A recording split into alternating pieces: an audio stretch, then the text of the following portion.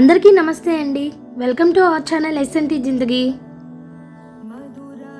Beach location ఇది నచ్చని వాళ్ళు ఎవ్వరు ఉండరండి. ఎప్పుడైనా సరే మనసుకి ఆనందం వచ్చినా ఇంకా బాధ వచ్చినా ఈ బీచ్ దగ్గరగా ఉంటే ఆ బీచ్ ఒడ్డు కూర్చొని అలలను చూస్తూ ఉండి టైంపాస్ ఎంతసేపు చేసినా కూడా మనకి టైం సరిపోదు. నాకైతే చాలా ఇష్టం అండి బీచ్ లొకేషన్ అంటే. నాకే ఏంటి ఇంచుమించు అందరికీ బీచ్ లొకేషన్ అంటే చాలా ఇష్టం. ఎగ్జాక్ట్లీ అండి, నేను ఇప్పుడు వైజాగ్ సాగర్ నగర్ రోడ్లో అయితే ఉన్నాను. ఒకవైపు బీచ్, మిట్ట మధ్యాహ్నం మేము బీచ్ రోడ్కి వచ్చామన్నమాట. ఒకవైపు నుండి నాకు ఇష్టమైన ఇస్కాన్ టెంపుల్. ఇప్పటి వరకు నాకు తెలీదండి ఈ సాగర్ నగర్లో ఇస్కాన్ టెంపుల్ ఉందని. సరదాగా రుషికొండ వైపుకి వెళ్తూ ఉంటే ఇస్కాన్ అనే బోర్డు కనిపించింది. సో వెంటనే ఇది వరకు ఎన్నో వీడియోస్లో నేను మీకు చెప్పాను, ఇస్కాన్ టెంపుల్కి నాకు చాలా రిలేషన్ అండి. మనసు ప్రశాంతత కావాలి అంటే ఇస్కాన్ టెంపుల్కి వెళ్ళి కృష్ణని అలా చూసుకోవాలి. లొకేషన్ అయితే ఎంత బాగుంది కదా, మిట్ట మధ్యాహ్నం అనమాట బీచ్ రోడ్లో.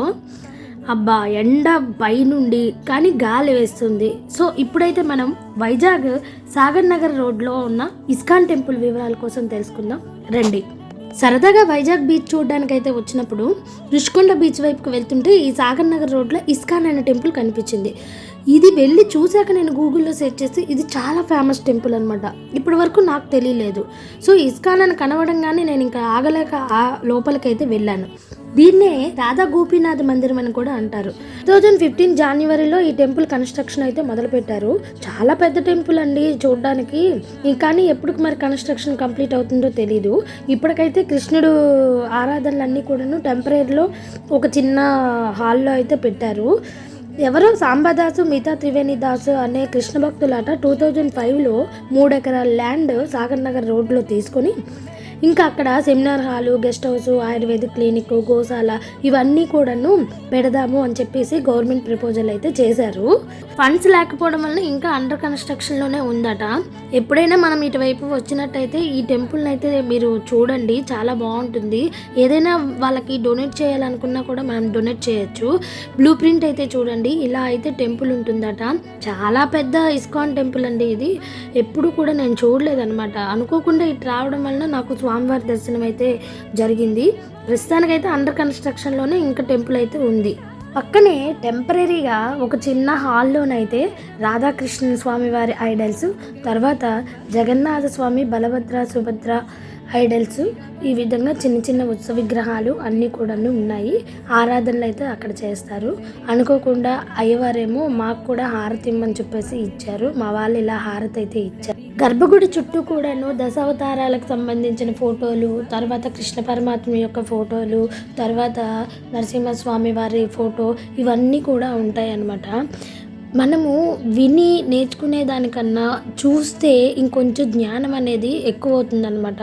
అందులోనికి ఈ జనరేషన్ పిల్లలకి మన భారతీయ సంస్కృతిలో రామాయణ, భారత, భాగవతాలు అనేవి చాలా ఇంపార్టెంట్ అండి.